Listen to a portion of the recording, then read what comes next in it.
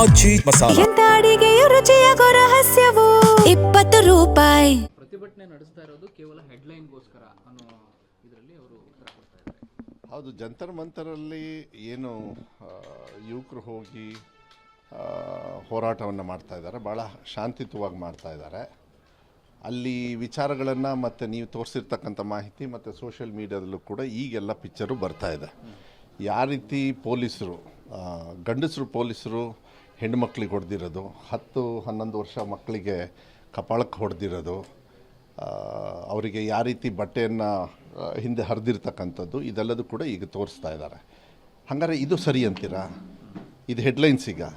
ಅಲ್ಲಿ ರಾಹುಲ್ ಗಾಂಧಿಯವರಿದ್ರ, ಅಲ್ಲಿದ್ದಿದ್ದು ಈ ದೇಶದ ಭವಿಷ್ಯದ ಮಕ್ಕಳು, ಅವರ ಭವಿಷ್ಯಕ್ಕೆ ಉತ್ತರವನ್ನು ಸಿಗದೇ ಇರತಕ್ಕಂಥ ಸಂದರ್ಭದಲ್ಲಿ ಅವರಿಗೆ ಅನ್ಯಾಯ ಆಗಬೇಕಾದ್ರೆ ಅವರು ಹೋರಾಟವನ್ನು ಮಾಡ್ತಕ್ಕಂಥದ್ದು ಪ್ರಜಾಪ್ರಭುತ್ವದಲ್ಲಿ ಬಾಬಾ ಸಾಹೇಬ್ ಅಂಬೇಡ್ಕರ್ ಅವರು ನಮಗೆ ಹಕ್ಕನ್ನು ಕೊಟ್ಟಿದ್ದಾರೆ. ಆ ಹಕ್ಕಿಗೋಸ್ಕರ ಹೋಗಿದ್ದಾರೆ. ಅವರು ಭಾಳ ಪೀಸ್ಫುಲ್ ಆಗಿದ್ದಾರೆ.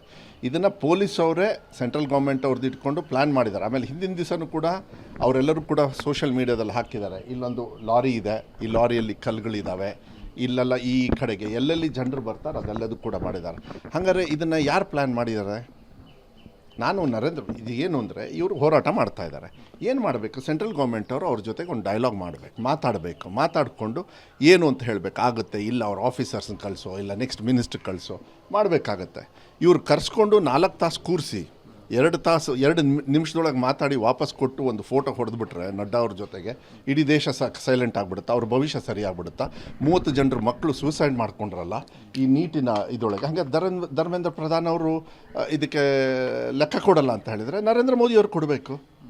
ನರೇಂದ್ರ ಮೋದಿಯವರು BJPಯವರು ಒಂದು ಟ್ವೀಟ್ ಮಾಡ್ತಾರೆ, ಏನಂತ ಹೇಳಿದರೆ ಅವರು ಒಂದೊಂದು ಬಾಡಿಯಲ್ಲಿರ್ತಕ್ಕಂಥ ಒಂದೊಂದು ಅಂಶನೂ ಕೂಡ ಈ ದೇಶದ ಯುವಕರಿಗಂತ. ಅದಕ್ಕೆ ನಿನ್ನೆ ಹೊಡೆದಿರೋದಾ? ನಿನ್ನೆ ಏನಂತ ಹೇಳಿದ್ದಾರೆ ಮಕ್ಕಳವರು, ಇದೇ ಬೆರಳಿಂದ ನಾನು ಮತ ಹಾಕಿದ್ದೆ, ಇದೇ ಬೆರಳನ್ನ ಈ BJP ಸರ್ಕಾರದವರು ಮುರಿದಿದ್ದಾರೆ ಅಂಥೇಳಿ. ಅಲ್ಲಿಗೆ ಏನು ಮೆಸೇಜನ್ನು ಕೊಡ್ತಾ ಇದ್ದಾರೆ ಮಕ್ಕಳು? ಏನು ವಾರ್ನಿಂಗ್ ಕೊಡ್ತಾ ಇದ್ದಾರೆ BJPಯವರಿಗೆ, ನರೇಂದ್ರ ಮೋದಿಯವರಿಗೆ? ಆಯ್ತಪ್ಪ, ಒಂದು ಡೈಲಾಗ್ ಅಷ್ಟೇ ಕೇಳ್ತಾ ಇರೋದು. ನರೇಂದ್ರ ಮೋದಿಯವರು ಬೇರೆ ದೇಶಕ್ಕೆ ಹೋಗ್ತಾರಲ್ಲ, ಬೇರೆ ದೇಶಕ್ಕೆ ಹೋದಾಗ ಏನು ಇಷ್ಟಗಲ ಕೈಯನ್ನು ಅಗಲ ಮಾಡಿಕೊಂಡು ಅವ್ರಿಗೆ ಹೋಗಿ ಶೇಕ್ ಹ್ಯಾಂಡ್ ಮಾಡಿ ಹಲ್ಕಿಸ್ಕೊಂಡು ಶೇಕ್ ಹ್ಯಾಂಡ್ ಹೊಡ್ಕೊಂಡು ಏನೇನೋ ಮಾತಾಡ್ತಾರೆ. ನಿಮಗೂ ಅರ್ಥ ಆಗಲ್ಲ, ಅದನ್ನು ಅನುವಾದನೂ ಮಾಡೋಕ್ಕಾಗಲ್ಲ. ಯಾಕಂದರೆ ಅವ್ರು ಏನು ಮಾಡ್ತಾ ಇರ್ತಾರೆ ಅಂತೇಳಿ ನಿಮಗೂ ಕೇಳಲ್ಲ, ಅದನ್ನ ಮ್ಯೂಟು ಮಾಡಿಬಿಡ್ತಾರೆ ಬೇಕಾದರೆ. ಅದೇ ಆ ಹಕ್ಕನ್ನು ಕೊಟ್ಟಿರ್ತಕ್ಕಂಥವ್ರು ಯಾರು ಕೊಟ್ಟರು ಅವರಿಗೆ ಆ ಹಕ್ಕು? ಅಲ್ಲಿ ಹೋಗಿ ನೀವು ಆ ದೇಶಕ್ಕೆ ಹೋಗಿ ಆ ಪೇಟ ಹಾಕ್ಕೊಳ್ತಾರೆ, ಶೋಕಿ ಮಾಡ್ತಾರೆ. ಇಲ್ಲ, ನಮ್ಮ ದೇಶದಲ್ಲಿ ಯಾರಾದರೂ ಮಕ್ಕಳಿಗೆ ಇಲ್ಲ ಯಾವ್ದಾದ್ರು ಸಂದರ್ಭದಲ್ಲಿ ಇವ್ರು ಹಲ್ಲು ಕಿಸ್ದಿರೋದು ನೋಡಿದ್ದೀರಾ? ಯಾಕೆ ಈ ಭಾಷೆನ ಈ ಪದನ ಯೂಸ್ ಮಾಡ್ತಾ ಇದ್ದೀನಿ ಅಂದರೆ, ಆ ಮಕ್ಕಳಿಗೆ ಅಮಾಯಕರಿಗೆ, ನೀಟಲ್ಲಿರೋರೆಲ್ಲ ಅಲ್ಲದೇ ಇರೋರೆಲ್ಲ ಬಂದಿದ್ದಾರೆ. ಈ ದೇಶದೊಳಗೆ ಹೋರಾಟ ಆಗಬೇಕಾದ್ರೆ ಹೋರಾಟ ಅನ್ನೋದು ಅದಕ್ಕೆ ಜಾತಿ ಮತ ಧರ್ಮ ಇರೋದಿಲ್ಲ. ಹೋರಾಟಕ್ಕೆ ಎಲ್ಲರ ಸಹಕಾರ ಬೇಕಾಗ್ತದೆ. ಪೀಸ್ಫುಲ್ಲಲ್ಲಿ ಮಾಡಬೇಕು ಅಂಥೇಳಿ, ಶಾಂತಿಯುತವಾಗಿ ಮಾಡಬೇಕಂತ ಮಹಾತ್ಮ ಗಾಂಧಿಯವರು ಫ್ರೀಡಮ್ ಕೊಟ್ಟಿರೋದು. ಆ ಫ್ರೀಡಮ್ನ ಕಿತ್ಕೊಳ್ಳೋರು ಯಾರು ಅಂದರೆ ಇವ್ರು ಭಾರತೀಯ ಜನತಾ ಪಾರ್ಟಿಯವರು. ಯಾವುದು ನಿಮ್ಮ ಹತ್ರ ಪ್ರೂಫ್ ಇದೆಯಾ? ಅಲ್ಲ, ನಿಮ್ಮ ಹತ್ರ ಪ್ರೂಫ್ ಇದೆಯಾ? ಒಂದು ನಿಮಿಷ. ಅಲ್ಲ, ಅದು ಯಾವ ಟೈಮಲ್ಲಿ ಆಗಿದೆ ಅಂತ ಅದು ಎನ್ಕ್ವೈರಿ ಆದಮೇಲೆ ತಾನೇ ಮಾಡೋದು. ಆಯಿತು, ಪೆಪ್ಪರ್ ಸ್ಪ್ರೇ ಹೊಡೆದವನಿಗೆ ಹಾಕಿ, ಒಳಗಡೆ ಒದ್ದು ಹಾಕಿ. ಬೇರೆಯವ್ರಿಗೆ ಯಾಕೆ ಹೊಡಿತಾ ಇದ್ದೀರಾ ನೀವು? ಆಮೇಲೆ ಗಂಡಸರು ಪೊಲೀಸರು ಹೆಂಗಸರಿಗೆ ಹೊಡೆಯೋದಕ್ಕೆ ಏನು ಅಧಿಕಾರ ಇದೆ? ತಾಯಿ ಮಗಳು ಬಂದರೆ ತಾಯಿಗೆ ಹೊಡಿತಾ ಇದ್ದಾರೆ ಮಗಳು ಎದುರುಗಡೆ. ಅದು ನಡೀತಾನೆ ಇದೆ. ಅದಕ್ಕೆ ಅನಿವಾರ್ಯವಾಗಿ ರಾಹುಲ್ ಗಾಂಧಿಯವರು ಯಾಕೆ ಪ್ರೈಮ್ ಮಿನಿಸ್ಟರ್ ಬಾಗ್ಲಿಗೆ ಹೋಗಿದ್ದು ಅಂದರೆ, ಪಾರ್ಲಿಮೆಂಟಲ್ಲಿ ಅಲ್ಲಲ್ಲ ಚರ್ಚೆಗೆ ಅವಕಾಶ ಕೊಡಲ್ಲ. ಖರ್ಗೆ ಸಾಹೇಬರು ಮಾತಾಡೋಕ್ಕೆ ಸ್ಟಾರ್ಟ್ ಮಾಡಿದರೆ ಎದುರುಗಡೆ ಇರೋರು ಹಲ್ಕಿಸಿತಾರೆ. ಆ 30 ಮಕ್ಕಳು ಸತ್ತರಲ್ಲ, ಇದೇ ಇದಕ್ಕೆ ನರೇಂದ್ರ ಮೋದಿ ಅವ್ರ ಕಾರಣ ಆಗೋದಿಲ್ಲ. ಇಲ್ಲಿ CT ಅವ್ರು ಹೇಳಿದರು ಬೇರೆ ಟೈಮಲ್ಲಿ ಯಾರು ಸತ್ತೇ ಹೋಗಿಲ್ಲ ಅಂತೇಳಿ. ಆದರೆ ನೀವು ಸತ್ತು ಹೋಗಿಲ್ಲ ಅಂತೇಳಿ ನೀವು ಸಮಾನತೆಯನ್ನು ಸಮರ್ಥನೆ ಮಾಡ್ಕೊಳ್ತೀರಾ CT ರವಿಯವರೇ? ಯಾಕೆಂದರೆ ಅವರಿಗೆಲ್ಲ ಇದು ಅನುಭವ ಇದೆ. ಅವರಿಗೆ ಈ ದತ್ತಪೀಠ ಎಲ್ಲ ಹೋಗಿ ಗುಡ್ಡದ ಮೇಲೆಲ್ಲ ಕುತ್ಕೊಂಡು ಭಜನೆ ಮಾಡಿಕೊಂಡು ಅವರಿಗೆಲ್ಲ ಅದು ಅನುಭವ ಇದೆ. ಭಾವನಾತ್ಮಕವಾಗಿ ಜನರನ್ನ ತಗೊಳ್ತಾರೆ. ಇದೇ ಭಾವನಾತ್ಮಕವಾಗಿ ಯಾರೋ ಮಕ್ಕಳು ಯುವಕರು ಇವ್ರಿಗೆ ಸಹಕಾರವನ್ನು ಕೊಟ್ಟಿದ್ದರು, ಇದೇ ಮಕ್ಕಳು ಇವರನ್ನು ಈ ಸರ್ಕಾರನ ಬೀಳಿಸ್ತಾರೆ. ನೋಡ್ತಾ ಇರ್ರಿ, ಈ ಸರ್ಕಾರದ ಭಾವನೆ ಬದಲಾವಣೆ ಆಗೋದಿಲ್ಲ. ಇವರು ಬೀಳೋವರೆಗೂ ನನಗನ್ಸುತ್ತೆ ಈ ದೇಶದ ಭವಿಷ್ಯದ ಮಕ್ಕಳು ಹೋರಾಟ ಮಾಡಬೇಕಾಗ್ತದೆ. ರಾಹುಲ್ ಗಾಂಧಿಯವರು ಏನು ಮಾಡಿದ್ದಾರೆ, ಅವರಿಗೆ LOP ಅಂದರೆ ಲೀಡರ್ ಆಫ್ ಅಪೋಸಿಷನ್ ಯಾವತ್ತೂ ಕೂಡ ಶ್ಯಾಡೋ ಸರ್ಕಾರಗಳಿದ್ದಂಗೆ ಅವ್ರು ಒಳ್ಳೆಯವರು ಕೆಟ್ಟವರು ಅಂತ ಹೇಳಿ ಬರೋದಿಲ್ಲ. ಅವ್ರು ಆಯ್ಕೆ ಆಗಿ ಒಂದು ಸ್ಥಾನವನ್ನು ಕೊಟ್ಟಿರ್ತಾರೆ. ಅದಕ್ಕೆ ಒಂದು ಕಾನ್ಸ್ಟಿಟ್ಯೂಷನ್ ವ್ಯಾಲ್ಯೂ ಇರ್ತದೆ.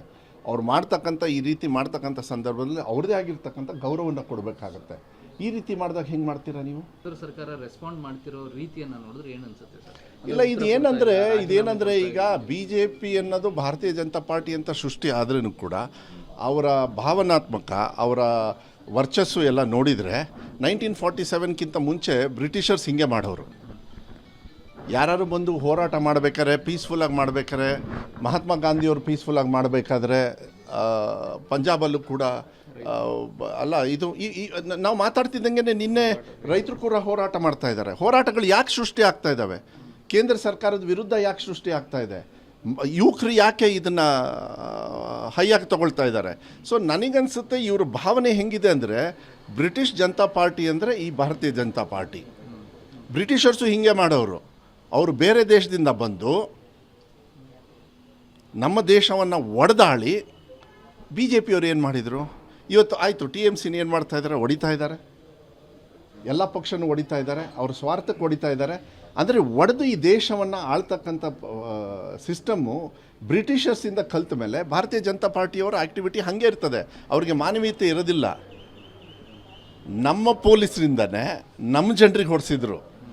ಆವಾಗಲೂ ಕೂಡ ಫೈರಿಂಗ್ ಮಾಡ್ಬೇಕಾದ್ರೆ ನಮ್ಮ ದೇಶದವರೇ ನಮ್ಮವ್ರ ಮೇಲೇ ಫೈರಿಂಗ್ ಮಾಡಿದ್ದು. ಎಲ್ಲರೂ ಬಂದು ಬ್ರಿಟಿಷರ್ಸ್ ಮಾಡಲಿಲ್ಲ. ಅವಾಗ ಅದೇ ಸಿಸ್ಟಮ್ನ ಬ್ರಿಟಿಷರ್ಸ್ ನೀವು ಇವಾಗ ಹೋಲಿಕೆ ಮಾಡಿದರೆ ಇದಕ್ಕೆ ಬದಲಾವಣೆನೇ ಇಲ್ಲ. ಇದನ್ನು ಇಲ್ಲೇ ನಿಲ್ಲಿಸಲಿಲ್ಲ ಅಂದರೆ ಇವರು ಲಾಠಿ ತಗೊಳ್ಳಲ್ಲಿ ಬಂದೂಕು ತಗೊಳ್ಳೋರೆ. ಇವರು ಬಂದೂಕು ಕೊಡಿಸ್ತಾರೆ, ಇವರು ಯಾರಿಗೆ ಬೇಕಾದ್ರೆ ಹೊಡಿಸ್ತಾರೆ. ಅದನ್ನು ನಿಲ್ಲಬೇಕಾಗತ್ತೆ. ನನಗನ್ಸುತ್ತೆ ಇದೆಲ್ಲ ಕಂಪ್ಲೀಟಾಗಿ ಯುವ ಸಮೂಹ ಬದಲಾವಣೆ ಏನು ಬಯಸ್ತದೆ. ಯಾಕೆಂದರೆ ಅವರ ಈ ದೇಶ ಅವ್ರಿಗೆ ಸೇರಬೇಕಾಗಿರೋದು. ನಾವು ಅವ್ರ ಸೇವಕರಾಗಿ ಕೆಲಸ ಮಾಡಬೇಕಾದ್ರೆ ಭಾವನೆಯನ್ನು ಅರ್ಥ ಮಾಡ್ಕೊಂಡು ಹೋಗಬೇಕಾಗತ್ತೆ. ನಾನು ಕೂಡ ಎಕ್ಸಾಮಿನೇಷನ್ ಮಾಡಿದ್ದೀನಿ, 3 ವರ್ಷ ಆಯಿತು. ಹೌದಾ? 3 ವರ್ಷದಲ್ಲಿ ನಾನು ಕೂಡ ನಮ್ಮದು ಏನಾದ್ರು ತಪ್ಪಾದಾಗ ನಾವು ಉತ್ತರ ಕೊಡಬೇಕಾಗತ್ತೆ. ಉತ್ತರನೇ ಕೊಡೋದಕ್ಕೆ ಮುಂದೆ ಬರಲಿಲ್ಲ ಅಂತ ಹೇಳಿದಾಗ ಈ ಭಾವನೆಗಳು ಬೀದಿಗೆ ಬಂದು ಹೋರಾಟ ಆಗ್ತಕ್ಕಂಥದ್ದು ಸಹಜವಾಗಿ ಆಗ್ತದೆ.